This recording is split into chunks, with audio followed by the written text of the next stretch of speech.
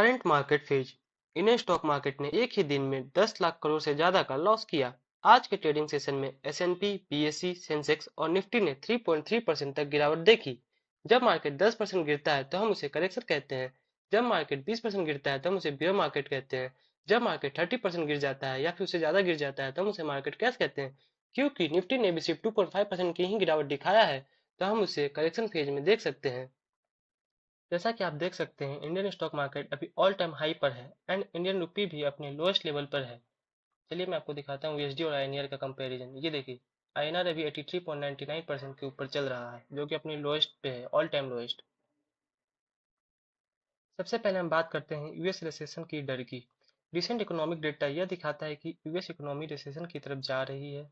जुलाई में सिर्फ यूएस ने सिर्फ 1,14,000 जॉब्स ऐड किए हैं, जो कि पिछले साल के एवरेज से बहुत कम है। इस वजह से अनएम्प्लॉयमेंट रेट 4.3% तक बढ़ गया है, जो कि अक्टूबर 2021 के बाद का सबसे ज्यादा है। स्टॉक मार्केट प्रिडिक्शन पे चलता है और यह 6-7 महीने पहले ही प्रिडिक्ट कर लेता है कि फ्यूचर में क्या होगा। यूएस में अनएम्प्लॉयमेंट डेटा बढ़ रहा है और वहां के गवर्नमेंट अनएम्प्लॉयमेंट लोगों को पैसा देती है।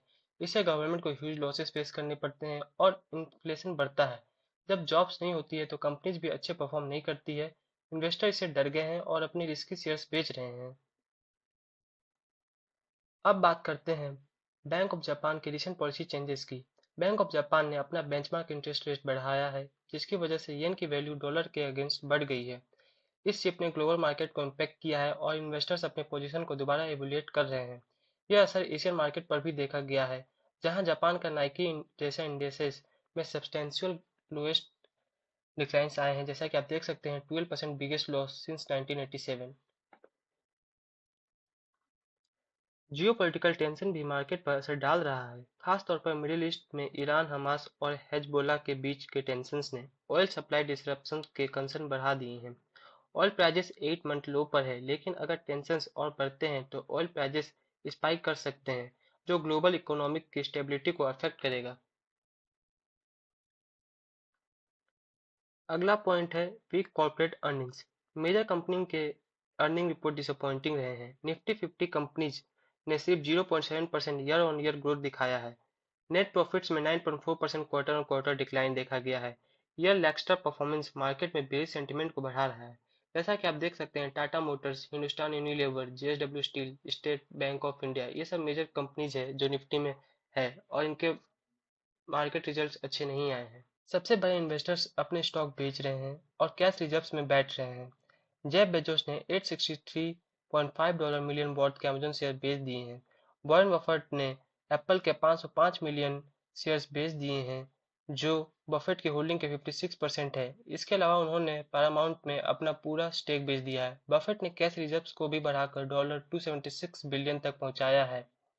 यह दर्शाता है कि उनके मार्केट के प्रति नजरिया अब थोड़ा कॉशियस है। वॉरेन बफेट के पास अभी $189 बिलियन का कैश रिजर्व्स पर वो बैठे हुए हैं। चलिए अब देखते हैं वर्ल्ड वाइड मार्केट इंडाइसेस के हाल। जैसा कि आप देख सकते हैं, Dow Jones 2.25% down, S&P 500 3.14% down, Nasdaq 4.05% down. European market भी ऐसी डाउन है 2 से 3% के आसपास।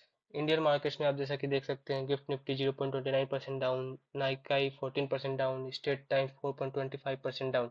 यह डिक्लाइन ग्लोबल मार्केट सेंटीमेंट को दर्शाता है, जो कि रिसेशन फियर्स और जियोपॉलिटिकल टेंशन से प्रभावित हुआ है।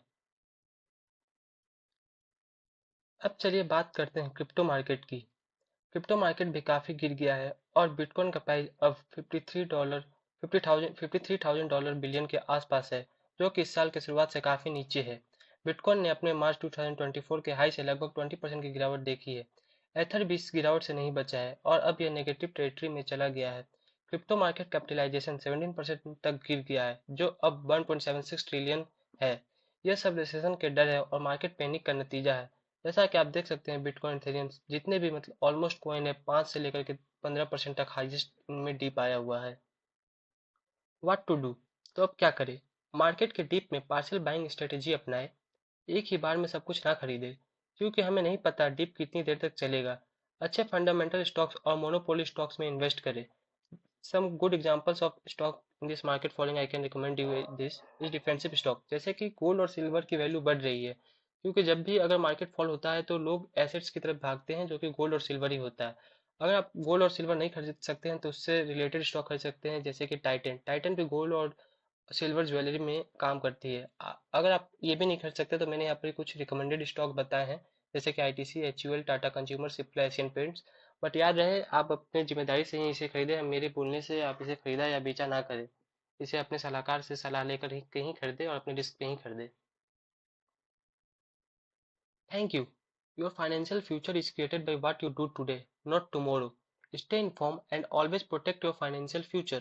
अगर आपको ये वीडियो हेल्पफुल लगा तो प्लीज़ इसे थम्स अप दें और हमारे चैनल को सब्सक्राइब करें।